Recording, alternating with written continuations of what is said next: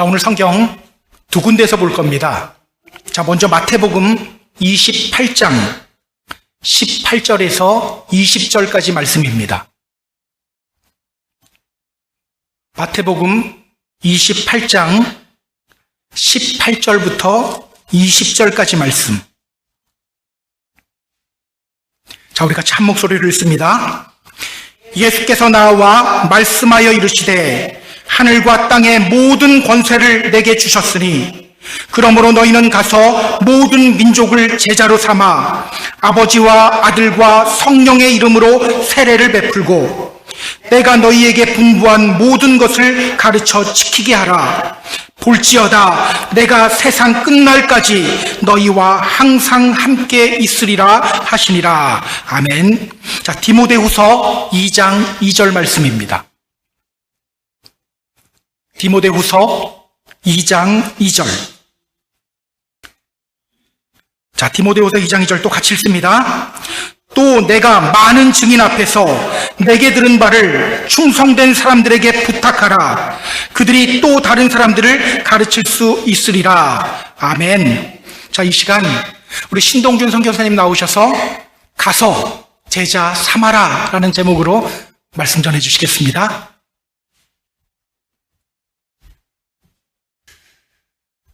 할렐루야가 이제 스와힐리어로 부아나스 피에입니다. 아멘 해주세요. 근데 아멘은 아미나예요. 아미나. 부아나스 피에. 아미나. 부아나스 피에. 아미나. 잠깐 기도하겠습니다. 하나님 아버지, 오늘 선교에 대해서 나눕니다. 하나님의 마음이 우리 성도님들 마음에 잘 전달될 수 있도록 인도해 주시옵소서. 예수님 이름으로 기도드립니다. 아멘. 이제 한 달 남았네요. 오늘 마지막인 줄 알았는데 목사님께서 한 번 더 얘기해 주셔서 25일 날 출국인데 24일 날 설교를 한 번 더 합니다. 그래서 원래는 마지막에 선교 얘기를 하려고 했는데 오늘 하고 추가로 된 거는 또 주신 마음이 있어서 그때 나누고요. 제가 이 옷을 입고 온 거는 이제 현지 옷은 아니에요.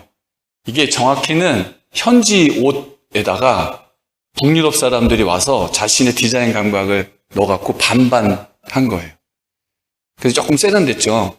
그래서 더 세련된 것도 있는데, 전 선교가 이런 거라고 생각해요. 나의 반, 그들의 반반씩 담는 거. 그게 선교라고 생각을 합니다. 제가 보니까 우리 강장로님이 비슷하게 아프리카 옷을 비슷하게 입고, 이때가 사진, 기념사진을 한번 찍든지 해서. 오늘 설교 제목은 가서 제자 삼아라. 선교란 무엇인가? 제가 이렇게 몸은 무엇인가 이렇게 계속 해왔죠. 그 얘기를 오늘 나누려고 합니다. 근데 이제 선교지 체험을 해야 되니까 PPT 한번 해주시고 노래를 한번 부를 거예요. 노래. 현지어 노래를 부르실 건데 화면 넘겨주세요. 네. 이제 하쿠나 문구 까마이. 문구가 하나님이란 뜻이고 이제 까메가 위다웃, 하나님 같은 분은 없다 이런 뜻이에요. 그래가지고 여러분들 제가 한번 일단 불러보고 여러분들 한번 불러볼 거예요. 알았죠? 이 보면은 문군 하나님이고 그 다음에 템베야, 내가 어딜 걸어가 봐도 그런 분이 없고, 님의 다푸타, 내가 어딜 찾아봐도 그런 분 없고, 님의 중국화, 내가 어디를 돌아다녀봐도 이런 분은 없어. 하쿠나 마타타 아시죠? 하쿠나가 요 하쿠나예요. There is nothing이라는 뜻입니다. 하쿠나 마타타는 걱정이고. 그래 이제 제가 먼저 불 테니까 한번, 이게 원래는 엇박자예요 이게. 근데 이렇게 하면 좀 힘드니까 그냥 하나, 둘, 셋, 넷 이렇게 쳐주세요. 시작. 하나, 제가 먼저 부를게요. 하쿠나 문구가 마웨웨 하쿠나 문구가 마웨 하쿠나 문구가 마웨웨 하쿠나 나타쿠웨포. 한 번 더. 하쿠나 문구가 마웨웨 하쿠나 문구가 마웨 하쿠나 문구가 마웨웨 하쿠나나 하타쿠에포 니메템베야 고테 니메타부타 고테 니메중국가 고테 하쿠나나 하타쿠에포. 자, 한번 이제 일어나 주시고. 자, 하는데, 여기 보면은, 니메템베야, 요거는 이제 니메템베야, 이렇게 하고, 니메타부타, 알죠? 니메타부타, 그 다음에 니메중국가 고테, 이렇게, 알죠? 이거 말고 특별한 거 없어요. 하나, 둘, 셋, 넷. 하쿠나문국가 마웨웨. 하쿠나문국가 마웨. 하쿠나문국가 마웨웨. 하쿠나나 하타쿠에포. 한 번 더. 하쿠나문국가 마웨웨. 하쿠나문국가 마웨. 하쿠나문국가 마웨웨. 하쿠나나 하타쿠에포 니메템베야 고테 니메장쿠타 고테 니메장쿠타 고테 하쿠나나 하타쿠에포 니메템베야 고테 니메타쿠타 고테 둘 돌아요. 니메장쿠타 고테 하쿠나나 하타쿠에포 하쿠나. 자, 이제 알아주세요. 아, 이게 흥이 안 나네요. 현지인들 있으면 아주 난리가 날 텐데. 재밌죠? 자, 이따 조시면 또 한 번 할 거예요. 자, 오늘 이제 설교 시작하기 전에 제가 항상 전본 설교 요약을 좀 하잖아요. 오늘도 좀 약간 요약을 하겠습니다. 저 물 한 번 마셔.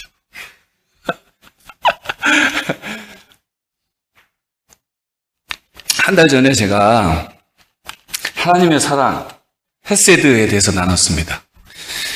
내가 누구인지 알려면 나의 출생과 삶을 보는 게 아니라 하나님을 바라보고 하나님 관계 안에 있을 때 나라는 정체성을 발견할 수 있다고 말씀드렸습니다.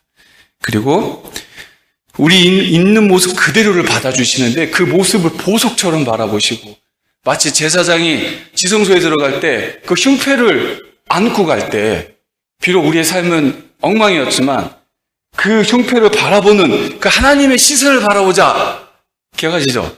네, 그런 얘기를 했었습니다.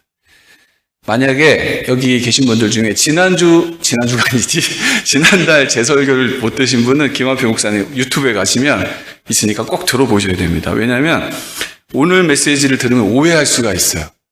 그래서 균형이 필요하기 때문에 오늘의 메시지는 지난달 메시지를 통해서 내가 하나님 안에서는 언제나 안전하다. 그런 자아를, 인식을 가지고 오늘 얘기를 좀 들으셔 주셔야 됩니다.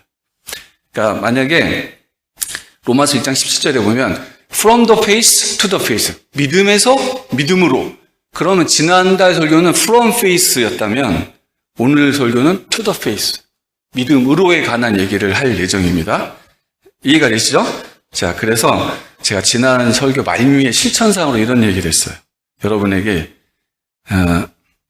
예수님이 여러분의 참 신랑이 되십니다. 기억하시죠?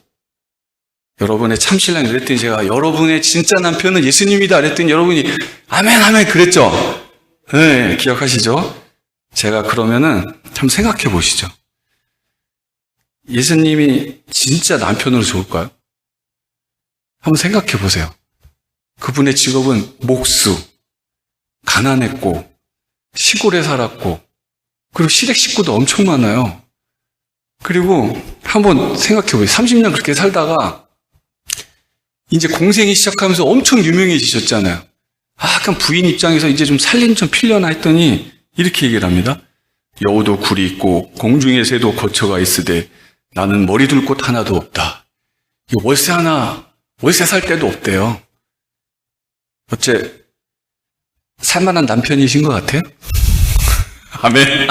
네, 예수님이 좋으면 뭐 그런 삶도 따라갈 수 있어. 뭐 예술가들 보면 좀 그렇게 살잖아요.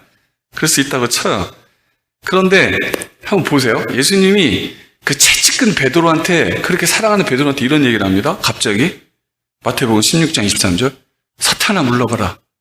아니, 욕도 그런 욕이 어디 있습니까? 아니, 나를 넘어지게 하는 자로다. 내가 하나님의 일을 생각하지 아니하고 도리어 사람의 일로 생각하는도다. 예수님이 여러분의 잘못에 대해서 그렇게 분명하게 지적하면 기분이 어떨까요? 그게 아니에요. 또 예수님은 그 가늠한 여인 사건 아시잖아요. 그 상황에서 그를 모면하게 했고 살려주셨어요. 그리고 내가 너를 정죄하지 아니하노라.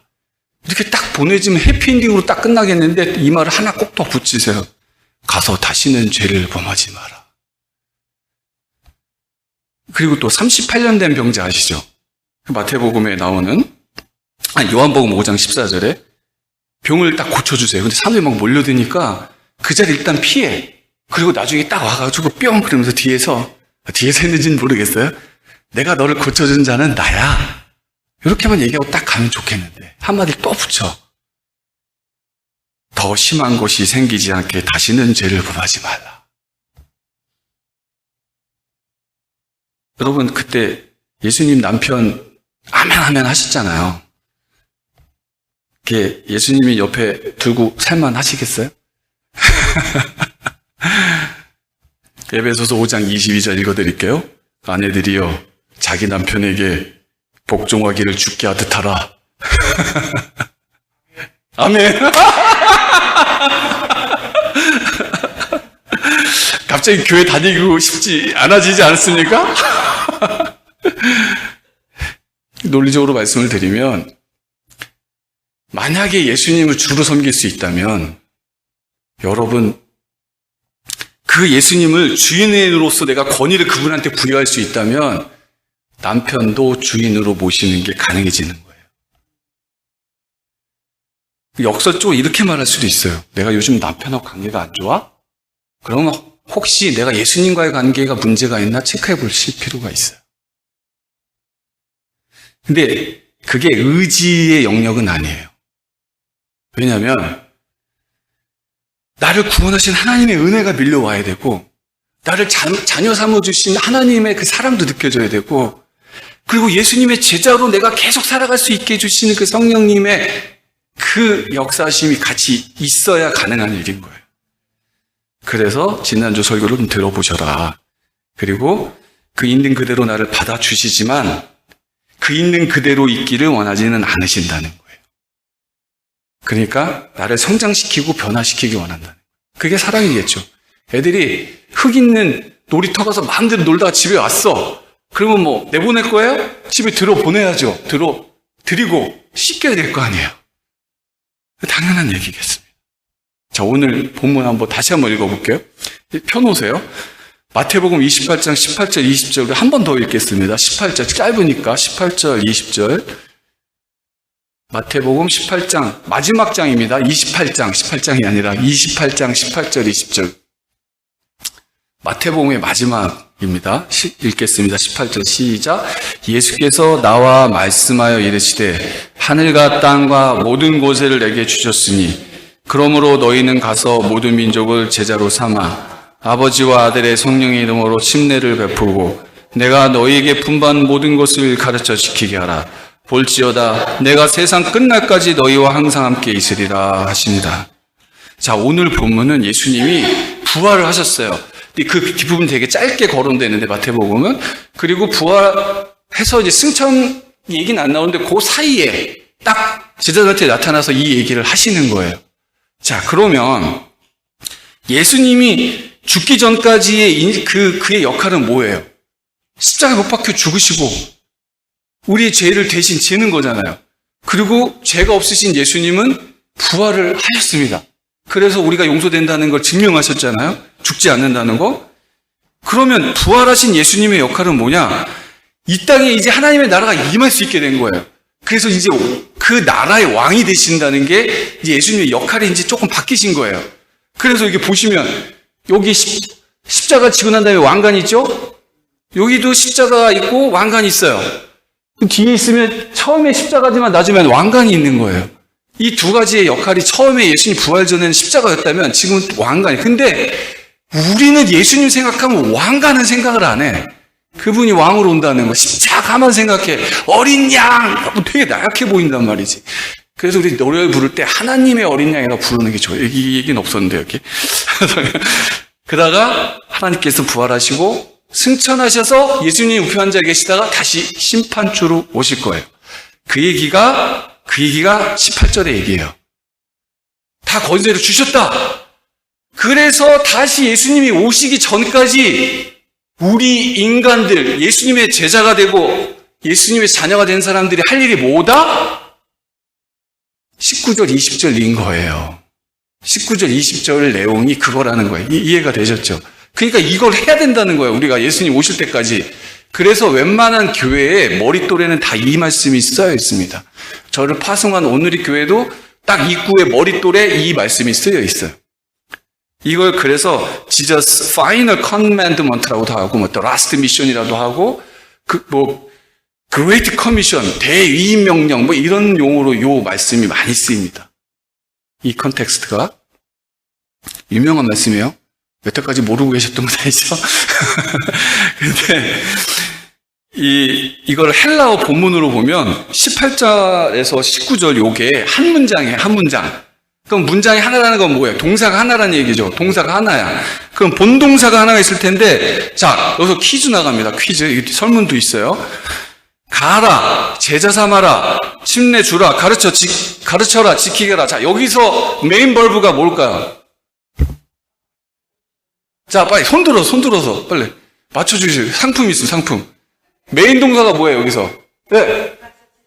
가서 제자 삼아라. 그 중에 하나, 땡! 한 명 빨리. 가라, 땡! 아니, 손을 들어야지, 빨리 손을 들, 손. 예. 땡! 본동사가 그게 아니에요. 그러니까 이게 지금 우리가 선교를 모르고 있는 게 지금. 자, 손 들어주세요. 빨리. 메인 벌브. 예. 땡! 빨리. 메인 벌브가 뭐예요? 메인 벌브.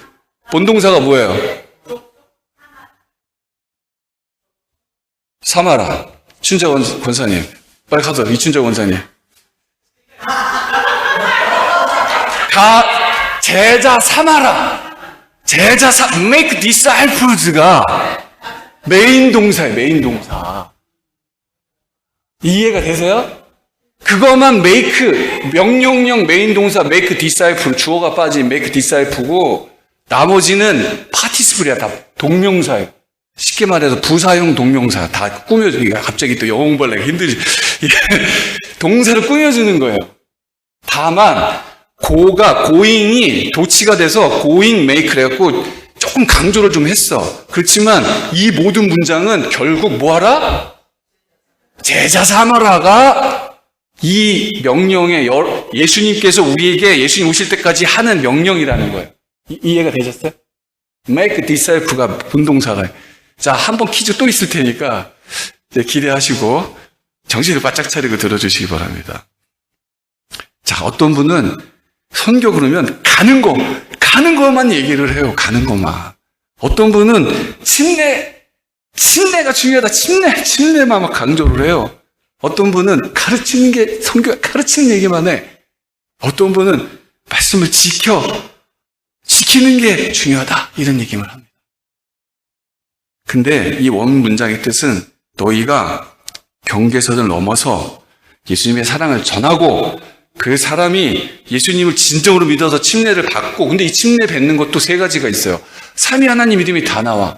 하나님의 이름만 강조하면 이신론, 그냥 조물주만 돼버리는 수가 있어요. 마치 그 유대교나 이슬람처럼. 또 예수님만 얘기하면 맨날 회개만 하래. 맨날 울고 막. 어떤 사람 성령 얘기만 해. 막 기적, 은사 이런 얘기만. 그냥 성령, 아버지 하나님과 아들 예수님과 성령님의 이름으로 세례를 베풀고, 그리고 침례를 베풀어서 하나님의 사랑에 받는 자녀가 되면 하나님의 자녀답게 살게 그렇게 가르쳐라. 그래서 제자를 만들라 라는 얘기예요. 이해가 되시죠? 이거 앞에 거 다 포함해서 그래서 그렇게 할 수 있는 제자를 만들라.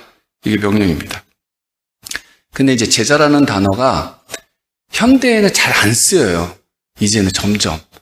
좀 낯선 단어가 됐습니다. 근데 이 스승과 제자, 선생과 학생, 요 비슷한데 느낌이 분명히 다르죠, 뉘앙스가. 어떤 게 다를까요? 두 개로 조명을 해보겠는데, 일단은 선생님은 그 지식에 관하여 가르칩니다. 그리고 학생들은 배워요. 근데 스승은 그 진실에 대해서 모범을 보이고, 제자는 그걸 따라합니다. 모델이 있는 거예요. 예수님은 진리에 대해서 가르치기보다는 그냥 진리가 되세요. 그리고 말씀에 대해 가르치기보다는 말씀이 되세요. 말씀이 육신이 되어 우리 가운데 거하심에. 예수님은 길과 진리요 생명에 대하여 가르치지 않으시고요. 내가 길이요 진리요 생명이라고 말씀을 하세요.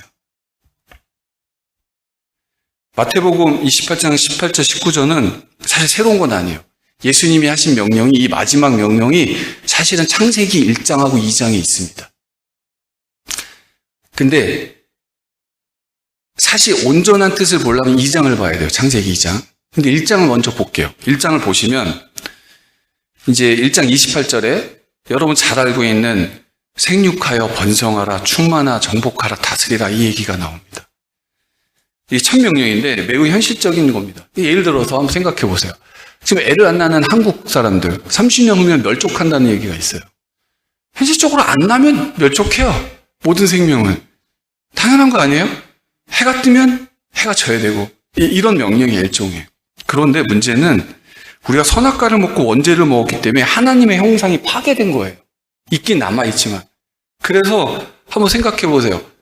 우리가 지금 환경을 파괴하고 있잖아요. 정복하기보다는. 핵폭탄, 우리가 갖고 있는 그 지식으로 핵폭탄 만들고 실제로 사용하고. 이 초기의 선교도 이렇게 생각한 거예요. 가서 정복하고 다스려라. 그러니까 그런 식으로 선교를 했어요. 십자군 전쟁이 그랬고 그게 19세기, 20세기 선교가 좀 그런 식의 잘한 것도 있지만 못한 부분들이 있었어요. 28장 대위임명령의 온전한 모습은 창세기 2장을 보셔야 돼요. 2장 15절에서 17절인데 제가 읽을게요. 창세기 2장 15절에서 17절. 여호와 하나님이 그 사람을 이끌어 에덴 동산에도 그것을 경작하며 지키게 하시고 여호와 하나님이 그 사람이 명하여 이르시되 동산 각종 나무 열매는 내가 임의로 먹되 선악을 알게 하는 나무 열매는 먹지 마라. 내가 먹는 날에는 반드시 죽으리라 하십니다. 자, 에덴 동산은 예수님이 하나님이 만드신 지구 전체가 에덴 동산이었나요? 오늘 또 그런 얘기 처음 들어보죠? 타락하기 전에 지구는 다 에덴 동산이었나요? 왜 대답을 못해요? 맨날 보는 거 아니자. 창세기 1, 2장. 타락하고 쫓겨났잖아요. 그 얘기는 뭐야? 에덴 동산은 따로 있었다는 얘기잖아요. 그렇죠? 논리적으로. 그 안에선 벌거벗어도 부끄러움이 없었어요. 근데 그 죄를 짓고서 그렇게 다시 부끄러워졌죠. 수치가 생겼잖아요. 예수님, 하나님의 꿈은 뭐예요? 다시 그 에덴 동산을 회복하는 거예요. 그렇죠. 그런데 그 주어진 임무가 뭐냐면 그 에덴 동산을 잘 가꾸라는 거야. 잘 가꾸고. 그리고 그 안에 완전한 자유가 있었어요. 그런데 딱 한 가지 규칙이 있어요. 딱 한 가지 규칙. 원칙 하나. 뭘 하면 안 돼요?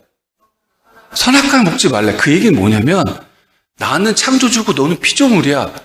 그거 선은 넘지 마. 그러나 그 모든 건 자유야. 그 에덴 동산은. 이해가 되시죠?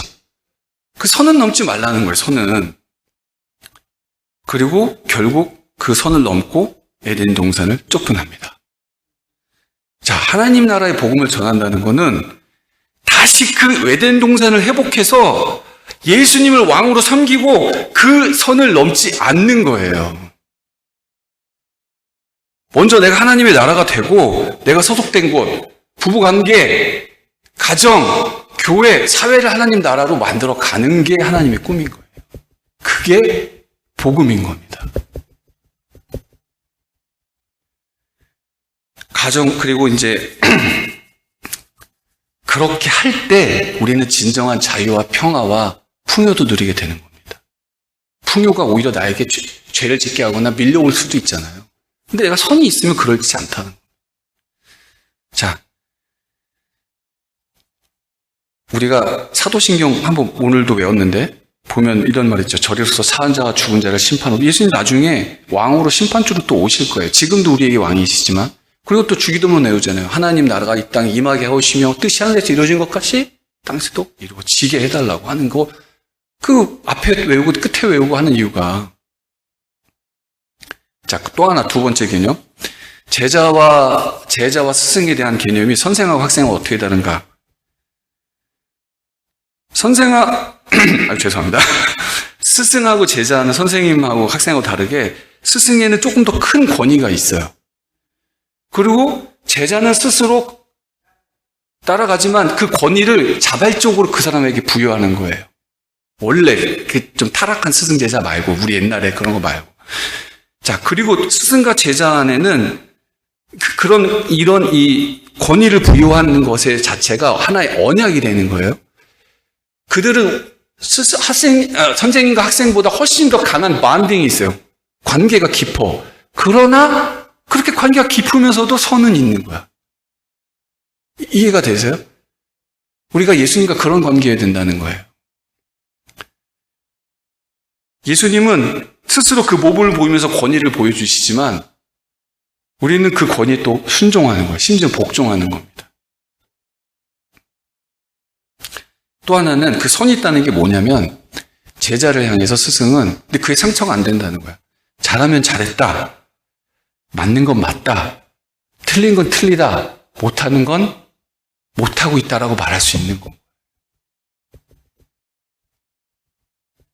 2010년도 스탠포드 대학에서 이런 연구 보고서가 있었답니다. 이제 구체적으로 얘기가 너무 기니까 이게 자기가 착한 일을 하면 그걸 쓰고 보상을 이렇게 해주고 이제 이렇게 했던 거예요. 근데 칭찬만 했더니 어떤 일이 발생했느냐? 모랄 라이센스라는 개념이던데 도덕적 해이가 오더라는 거예요. 내가 이렇게 열심히 살았으니까 보상 심리가 생기는 거예요. 그래서 열심히 산 사람들이 또 나쁜 일도 한다는 거예요. 동기부여가 방법이 다른 거야. 그리고 비난받는 말이 여기까지만. 자, 스승은 제자에게 칭찬도 하지만 듣기 싫은 소리도 해야 되는 거예요. 여러분, 30살 이후 사람들은 꼰대가 돼간대요.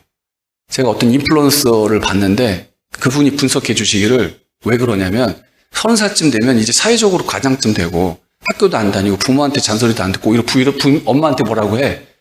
그러면서 그 상태로 점점점 지위가 확보가 되니까 60, 70, 80, 90 되면서 더 이상 그 사람한테 나를 객관해주고 가르쳐줄 사람이 없는 거예요. 그래서 꼰대가 된다고 합니다. 근데 여기 또 하나 개념이 있는데, 예수님을 제외하고 우리 인간 스승과 제자는 둘 사이에 권위가, 더 큰 권위가 있어요. 누가 있다고요? 예수님. 스승도 예수님의 제자고 제자도 예수님의 제자인 거예요. 무슨 말씀인지 알죠? 이 삼각구도가 형성이 돼요. 이거 새벽기도 때 목사님 말씀하셨어요. 이런 게 우리나라 공교육이 무너지고 있는 이유이기도 합니다. 틀과 선이 붕괴되고 있는 거죠. 근데 예수님이 누구보다도 권위가 있잖아요. 뭐 당연한 거 아니에요? 예수님이 하나님이신데. 근데 그 시대로 돌아가 보자면 예수님을 만난 사람들도 뭔가 다르다고 느꼈을 거예요. 그런데도 내가 그 사람한테 권위를 부여하지 않는 사람도 있었다는 거예요. 내가 아무리 그렇게 모범을 보여도 나한테 권위를 부여하지 않는 사람도 있어요. 무슨 말인지 알겠죠? 그러니까 여러분, 예수님을 믿지만 예수님한테 권위를 부여할 때 내가 성장이 일어난다는 거예요. 믿음에서 믿음으로 갈 수 있게 된다는 거예요. 믿음이란 예수님께 권위를 부여하는 겁니다. 예수님이 제자들의 발을 닦아줄 때 우리는 그 보물을 보면서 수건을 거두고 막 은혜가 되잖아요. 왜 은혜가 되는 줄 아세요? 그분이 종이면 당연히 그거 할 일이야. 더 열심히 해야지. 왕인데, 주인인데 그렇게 하니까 은혜가 되는 거예요. 여러분, 은혜가 안 되는 건 그분이 왕이 아니라서 그럴 수도 있는 거야, 나한테. 자, 지금까지 선교란 무엇인가에 대해서 얘기했습니다. 이제 제자 삼는 것이 무엇인가 이제 설명했다면 이제 방법론에 대해서 얘기를 할 거예요. 이제 두 번째 문제 나갑니다. 자, 이 표세요. 디모데후서 2장 2절. Second Timothy chapter 2 verse 2. 2. 트리플 2. 네, 여기 좋습니다. 2. 디모데후서 2장 2절. 디모데후서 2장 2절. 펴놓으세요. 자, 디모데후서 2장 2절. Second Timothy chapter 2 verse 2. 읽겠습니다. 시작. 또 내가 많은 증인 앞에 내게 들은 바를 충성된 사람에게 부탁하라. 그들이 또 다른 사람을 가르칠 수 있으리라. 자, 마태복음 28장 예수님의 마지막 명령이었어요. 그죠? 그러면 디모데후서 2장 2절은 이제 그분이 쓴 이 감옥에서 쓴 책이에요. 우리 선교단체, 제가 소속된 선교단체 그냥 모토예요. 모토. 이렇게 항상 이렇게 박아놓는 모토인데, 자, 상품 나갑니다. 여기에 지금 본문 잘 보세요. 내, you라는 말이 있어요. you. Who is you? 누가 you고, 내, me라는 말이 있어요. me. Who is me? 누가 날까요? 자, who is you? Who is me? 누가 내고 누가 날까요? 자, 퀴즈. 누가 후고, 누가 유고, 누가 미일까요? 누가 내고, 누가 날까요? 다시, 너는 누구라고? 너는 디모데고. 땡! 아깝습니다. 아깝습니다. 네.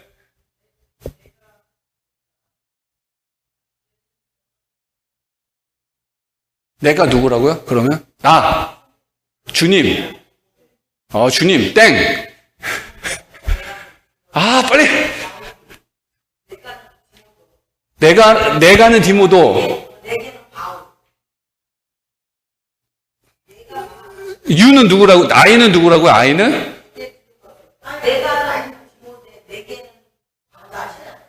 나는, 그러니까, 나가 누구라고, 나가. 내가 누군데? 그러니까 나는 누구냐고, 미가 누구예요? 나 자신? 아닌데. 목사님, 설교 공부 좀 깊이. 자, 내가 누굴까, 미. 땡! 여러분, 성경책을. 빨리, 내가 누구예요? me, who is me, who is you? 내는 누구, 내는 누구예요? 네. you는 디모데, 내는 폴. 맞췄습니다. 맞췄어요. 우리 선이.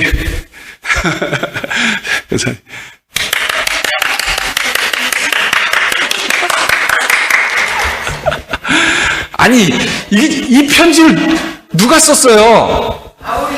그러니까 미는 바울이지요, 바울. 그럼 누구한테 썼어요? 디모데. 유는 디모데지. 이게 마지막으로 쓴 책이에요. 죽기 전에. 그러니까 또 이것도 중요한 얘기잖아요. 선교 방법론을 갖고 있어요, 방법론. 아까는 예수님이 이렇게 하라 그랬잖아요. 바울이 선교사 중에 선교사 아닙니까? 그분이 이렇게 방법을 디모데한테 가르쳐 이렇게 하라는 거예요. 죽기 전에. 자, 그러면 이제 이렇게 얘기를 합니다. 편지를 쓰면서.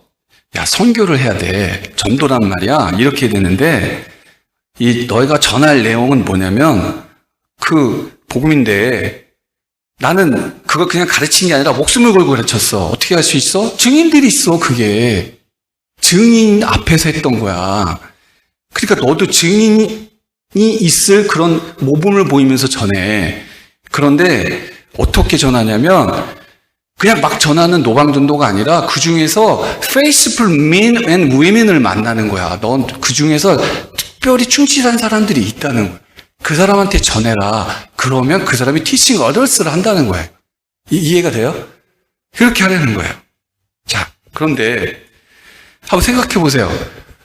예수님이 세상을 변화시키기 위해서 했던 방법이 뭐죠? 한 시대, 정확히 한 시대를 택해서 한 곳은 아니지만 사실 유대인 외에 이방인한테도 사마리아도 별로 안 가시어요. 한 장소를 택해요. 그리고 뭘 하시는지 아세요? 결국 가실 때 직계제자는 11명밖에 없었어요. 한 명 빼고. 한 명 탈락했으니까. 너무 무책임하지 않습니까? 세상을 구원하라고 하는데 딱 11명 남겨놓고 가세요. 왜 그러신 거예요? 누구는 세상을 변화시키려고 화염병을 던지고 누구는 세상을 변화시키기 위해서 총을 들어요. 아니 11명 갖고 뭘 하시려고 세상을. 그리고 충성된 사람을 찾으래요. 그것도 일대 다가 아니라. 그래서 제가 현지 목사님들 만나면 이런 얘기를 해요. 여러분, 하루에 한 명씩 전도할 수 있어요. 그랬더니 예스! 막 일어나서 이렇게 얘를 약간 또 이게 이게 텐션이 되게 높잖아요. 아프리카 사람이. 그래요? 그러면 그 하루에 한 명씩 교회 데려올 수 있습니까? 그랬더니 예! 막 이러는 거 예스! 절대 노란 말을 안 해요. 이거 알겠습니까? 예스! 근데 다음날 확인해보면 아는 사람 하나도 없어요. 이게 왜 노를 못하나에 대해서 노예제의 트라우마라는 거예요. 그런 논문도 있어요. 제가 지금 오늘 레퍼런스는 안 찾아봤지만 예스를 밖에 못해 이 사람들이. 그럼 제가 이렇게 얘기를 해요. 목사님 목회한 지 몇 년 되셨어요? 했더니 한 10년쯤 됐대요. 현지 목사님이. 그러면 성도 몇 명쯤 되세요? 했더니 한 30명쯤 된대요. 아, 그래요? 30명쯤 되시군요. 제 현지 목사님들하고. How many church member do you have? 이렇게 물어봐요. 그러면, 30, around 30. 오케이. 그런데 아까도 매일 한 명씩 교회 데려올 수 있다며. 10년 됐으면 3,650명 어디 간 거야? 그러면 얼굴이 빨개져요. 아, 3,500, 너가 분명히 예스 했잖아. 대부분 예스 했는데 3,650명 어디 간 거야? 없지. 그게 가능해요? 그래서 제가 그러면 1년에 한 명씩 제자는 만들 수 있냐 했더니 그거는 할 수 있대요. 제가 다시 PPT 화면 좀 뚫어보세요. 자, 1년에 365명 할 수 있으면 10년에는 3,650명 맞죠? 근데 불가능해요, 사실. 처음에 내가 제자 훈련을 해요. 내가 이 사람을 하면 첫 해는 몇 명이 남는 거예요? 나하고 얘 2명이죠. 처음에 2명이요. 근데 13년이 되면 역전이 되고 나중에는 이에 N승으로 올라가니까 비교할 수가 없는 거예요. 만약에 여러분들 그때부터 예수님 제자 훈련을 1년에 한 명씩 했으면 벌써 예수님 오셨을지도 모르겠어요. 아무도 go and disciple에 관심이 없는 거야. 그렇게 외쳐대도. 하시기 전에 얘기를 했는데. 근데 이게 뻥 같죠? 세상으로도 검증이 됐어요. 제가 아프리카 갔더니 한국 사람으로 아프리카에서 사업 성공하기 얼마나 힘들어요. 그죠? 근데 성공한 사업가가 2명 있더라고요. 제가 물어봤어요. 어떻게 성공하셨어요? 그랬더니 한 분은 의료기기 사업을 하시고 한 분은 이렇게 양계를 하는데 부처해가지고 그 까르푸라고 들어보셨어요? 까르푸. 프랑스의 유명한 큰 몰. 거기에 납품을 하시는 분이에요. 거기까지 납품하려면 굉장히 까다롭거든요. 그 햇삽 맞나? 기준을 통과해야 되는데. 어떻게 하셨어요? 했더니, 내가 의료기기 가르치려고 의료 지식 공부하고, 의사도 아닌데, 그 가르치고, 이 사람 말도 안 통하는데, 사업하라고, 자본 주고, 가서 확인하고, 감시하고, 또, 근데 사기도 당하고, 어떻게 성공하셨어요? 했더니, 이분은 양농사업, 신양농법, 어떻게 하고, 어떻게 약을 먹이고, 하나 소용없어. 그래서 왜요? 했더니, 결국, 그 중에 한 사람 남더라? 몇 번 사업 실패했는데 그 사람한테 전적으로 일임했어. 그랬더니 그 사람이 자기 언어 문화로 가르치는데, 그러니까 믿고 맡긴 거예요, 돈까지. 대박이 나는 거야. 그래서 어떻게 해서? 그 사람이 또 10명 데려오는 거야. 그 중에서 페이스북을 미네 놈한테 2-3명한테 또 일임했더니 지금 아프리카에서 엄청 부자가 되셨어요. 그 집 가서 밥을 엄청 얻어먹었습니다. 2분한테. 똑같아요, 원리는. 이걸 뭐라고 하는지 아세요? 다단계. 피라미드라고 하는 거예요. 근데 중요한 거는 뭘 담느냐. 방법론도 성경에 써 있어요, 방법론도. 그래서, 또 한번 다음 장 넣어보게 해주세요. 제가 7년 전쯤에 제가 사역한 지 이제 안식년 포함해서 한 10년쯤 돼가요. 다음 장 넘겨주세요. 재영아, 다음 장. 이 탄자니아는 7년 전쯤에 시작을 했어요. 처음에 요 아루샤, 요쪽이 킬리만자로, 요쪽 이제 이 탄자니아가 이게 사람 해골이면 이게 빅토리아 호수예요. 빅토리아 폭포는 요쯤에 있습니다. 여기서 이쪽은 케냐고, 여기 탄자니아고, 이쪽에 킬리만자로 산이 있고, 여기 세렝게티가 있어요. 케냐고, 이쪽에, 우간다, 루안다, 부룬디, 콩고, 이 잠비아, 말라위가 있습니다.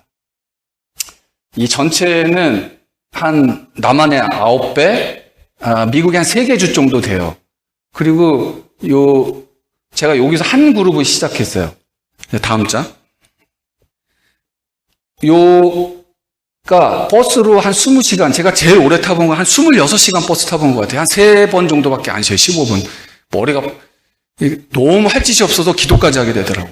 그래서 기도하다가 눈물 돌리고, 제가 보니까 하나님께서 선교사 시킨 게 기도하라고, 26시간 버스 타보세요. 할 일이 기도도 하게 되더라고요. 그래가지고, 이게 한 20시간 걸리고요. 그래서 결국은 이 사람들이 말라위까지 가고, 부룬디까지 갔습니다. 최빈국, 세계에서 가장 최빈국. 수도라고 가봤자 한 5층짜리 건물 있고, 걸어서 10분 가면 시내가 끝나. 수도라고 하는데. 하여튼, 다음 장. 첫 번째 그룹을 제가 7년 전에 통역 껴가지고 전 영어로, 안 되는 영어로 하고 그분이 스왈리로 해서 한 20명 가르쳤어요. 그렇게 가르쳤더니 그분이 똑같은 방식으로 너가 배운 거는 가르쳐. 그렇게 얘기했던 거예요. 쉬울 것 같죠? 맡기는 거 어려워요. 이분하고 처음에 같이 다녀서, 이분 말고도 굉장히 많아요. 제가 처음 갔을 때 케냐 사역은 15년 됐기 때문에 이미 스왈리어, 영어 둘 다 능통한 선생님들도 있었고 번역은 스왈리어로 다 돼 있었어요. 그러니까 총은 다 갖고 총과 총알은 있던 거죠. 쏘기만 하면 돼요. 근데 쏘는데 어떻게 쏘느냐? 가르친 다음에 네가 배운 거 바로 가르쳐라. 이해가 되셨죠? 이분하고 다니면서 기억난 거는 다르살람이라고 이제 이쪽 잔지바르 있는 쪽 엄청 덥고 습해요. 너무 더워가지고 방은 하나밖에 없고 침대도 하나밖에 없어. 저번하고 자는데 도저히 더워서 안 되겠더라고요. 둘 다 빤스만 입고 이 침대 이쪽 프레임 이러고 자는 거예요. 근데 중간에 막 물샤워 아시죠? 하도 더워서 물샤워. 저 지금도 아들하고 둘이 살고 있지만 요즘에 같은 방에서 안 자고 같은 침대에 안 자는데 그냥 현지인하고 3일을 그냥 자는데 그 냄새 하여튼 그랬어요. 이렇게 해서 이제 사역을 했습니다. 넘어가 주세요. 그냥 홍수를 만나기도 하고, 왜냐면 목사님도 모아놨는데 수업 시작해야 되는데 그분들도 어떤 분은 하루 걸려서 왔단 말이에요. 근데 안 갈 수가 없잖아. 근데 지금 보겠지만 차가 후졌잖아요. 차는 퍼졌어. 그래가지고 수영해서 건너가가지고 지나가는 버스 잡아 가서 사역하고 또 공부하고, 이렇게 나름 목숨 걸면서 넘어가 주세요. 그렇게 사역을 했습니다. 네, 넘어가 주시고. 그러다가 이제 보시면 교실 없으면 나무 밑에서도 하고 본인들이 막 가르치기 시작하는 거예요. 가르치기 시작하는데 저 나라는 그때 대통령이 본인은 아니라고 얘기했는데 본인은 코로나로 돌아가시고 마스크도 안 하고 백신도 안 맞던 유일한 나라예요. 그래가지고 사역이 폭증을 하는 거예요. N승으로 올라가니까 2의 N승으로. 그리고 한국 선교본부랑 교회에서 연구 대상이었어요. 제가. 나머지 사역이 제로인데 나는 계속 1000명, 2000명, 그 다음 달 3000명 이렇게 늘어가니까 공부를 하고 있는 사람이 그 다음. 저는 거기를 다 쫓아다녀야 돼. 그래서 이제 졸업식 하고 1년에 한 100여 명에 120, 140명, 많을 때는 280명도 졸업을 했어요. 학점이 다 채워지면은. 학점은 냉제식 학교니까. 넘겨주세요. 이거 밥하고 이거 졸업식 하는 거 다 자기들 돈으로 해요. 한 달에 300불 갖고 사는 사람들이. 책값은 5불 합니다. 5불. 넘겨주세요. 이건 케냐는 사역 크기가 2배, 훨씬 더 커요. 다른 선교사님하고 같이 일하고. 넘어가 주세요. 자랑질 하고 있는 거예요. 자랑질. 넘어가 주세요. 근데 미국 목사님, 서양 선교사님들은 책도 사주고 먹을 것까지 사줍니다. 그래서 사람들이 막 몰려들어요. 이분들은 푸드 미니스트리 많이 해요. 왜 그러냐면, 그것도 논문이 있는데 제가 레퍼런스 내가 오늘 안 찾아봤는데, 그것도 노예제에 대한 길티 필링이 있으신 거예요. 그러니까 나쁜 소리 하기가 힘드신 거지. 맨날 잘한다 얘기만 하시는 거예요. 그 역할을 한국 선교사님들도 대부분 그 역할을 하고 있어요. 그러니까 저는 저분들한테 벼룩에서 간을 빼앗고 사역하려니까 저는 제가 가면 먹고 자고 다 그분들이 해줘요. 심지어는 어떤 데는 가서 수도니까 좀 살만 어느 정도 소득 수준이 높으니까 호텔에 가서 밥을 먹여주는 현지인들이. 그래서 그분들이 왜 그럴까요?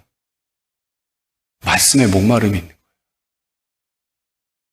여러분들 성경 공부 돈 내고 하시나요? 그리고 이제 넘겨주세요. 이제 사역을 중간 매니저를 둬서 그분이 이제 돈도 받고 다 하고 그러니까 이 행정에 관련된 거 관리는 제가 후원비로 돌리고 자 본인들이 가서 먹고 자고 가르치는 거는 다 자기들끼리 하는 거예요. 이해가 되시죠? 그런데 이제 그 다음에 오기 직전에는 이제 탄자니아의 목사님 한쪽 방을 야 이거 강제로 제가 쓰고 있어요. 하여튼 그래가지고 그분 해가지고 저 방 지금 저기가 꽉 찼어요. 책을 제가 19권 각 한 1000에서 1500권씩 출판을 해서 현지말 안 했으면 저 못 나와요. 일에 붙잡혀서 무슨 말씀? 제가 여기서 안식년을 아이들하고 보낼 수 있었던 거는 바뀌었기 때문에 가서 제자 삼으러 하고 왔기 때문에 나는 올 수 있었던 거예요. 이해가 되시죠? 제가 안 믿는 것 같아가지고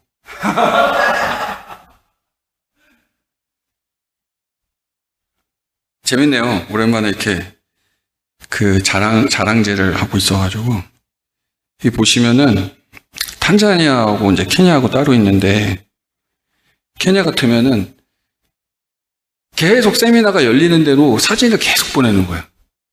뭐 어디가 누가 아프고 돼가지고 뭐 계속 매일 막 엄청나게 올라요. 그럼 하루 종일 제가 방에서 뭐 하는지 모르시죠? 그분들하고 하루 종일 대화 나누고 있는 거예요. 제가 케냐에서도 오고 탄자니아 오고 다른 나라에서도 오고 사장님 저는 여기 있고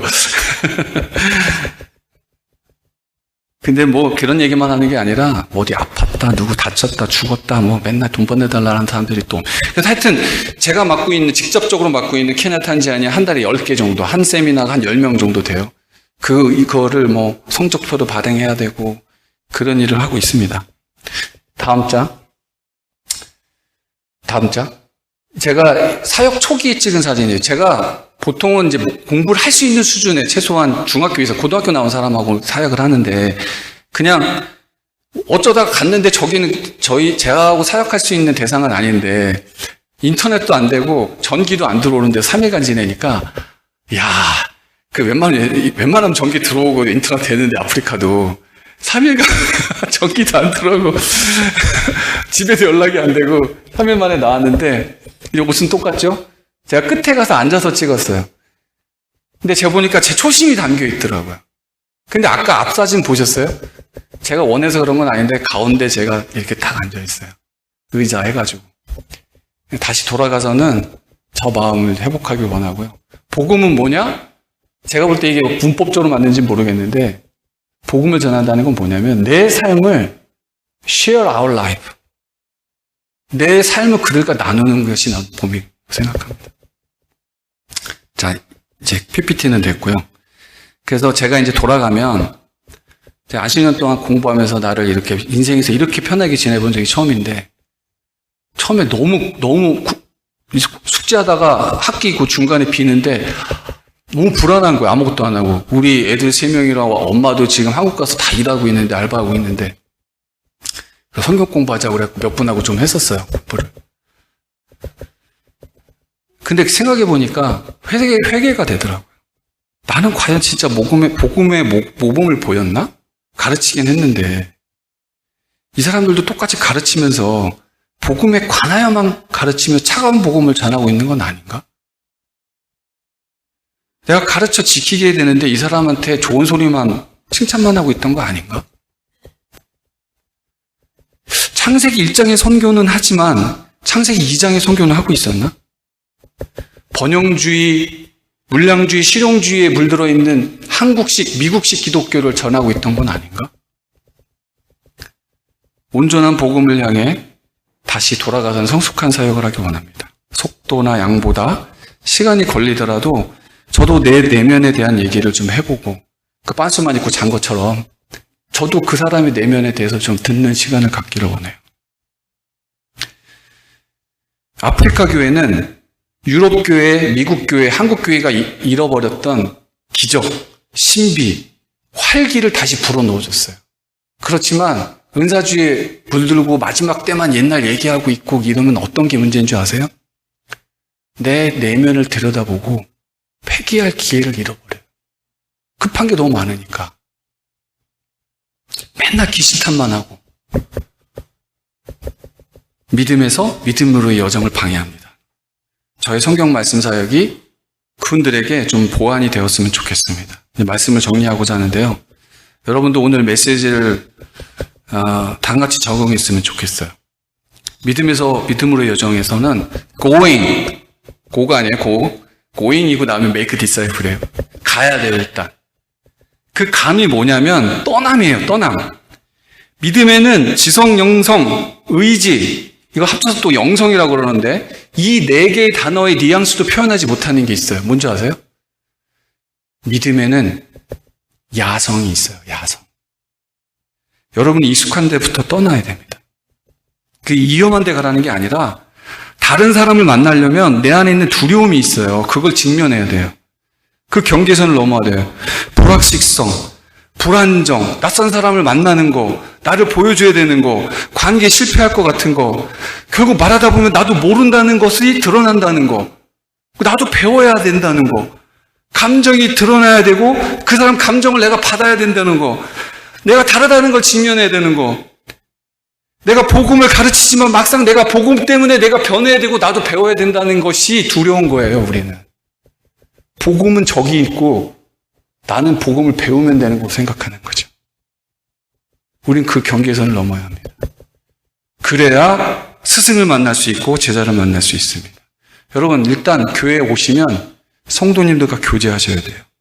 공동체 안에 있을 때 진리가 발견됩니다. 성부, 성자, 성령 왜 삼위일체라 하느냐면 그분들은 왜 관계 안에 존재하냐면 우리는 관계 안에 있을 때 존재가 되는 거예요.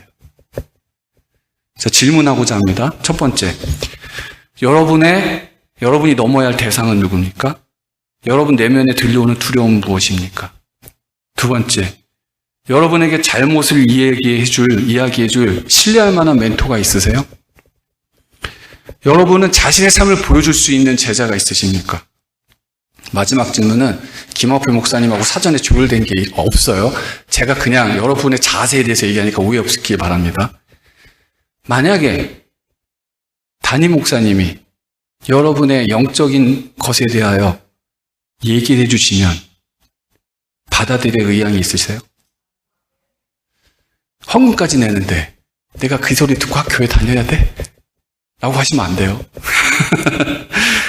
내가 제자가 되고 제자를 만드는 곳에 이게 마지막에 이런 말이 써 있어요. 예수님이 특별히 약속하신 게 있어요. 다른 거 약속하신 게 아니라 이 20절 마지막에 이렇게 제자 삼는 곳, make disciple 하는 곳에 약속을 하셨어요. 볼지어다, behold, 강조했어요.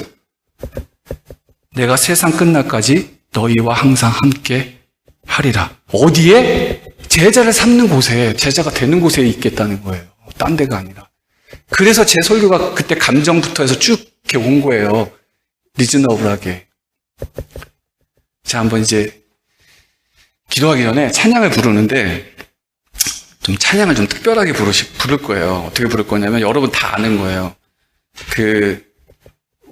또 부를 거긴 한데 예배 끝날 때 이번에 좀 다르게 2절도 있어요. 근데 여러분이 다 부르시는 게 아니라 제가 하나님 말씀을 대언해서 앞에 부분은 제가 부를 거고 뒷부분 내가 여기 있나 이사여서 말씀에 하나님이 콜링할 때 리크루트 할 때 가시라는 얘기예요.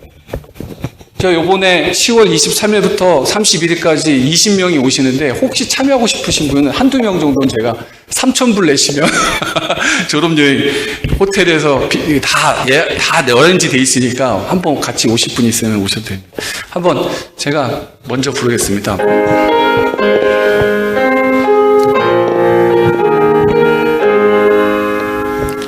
바다와 하늘의 주 얻은 죄악 속에서 부르짖는 백성들 구하리라.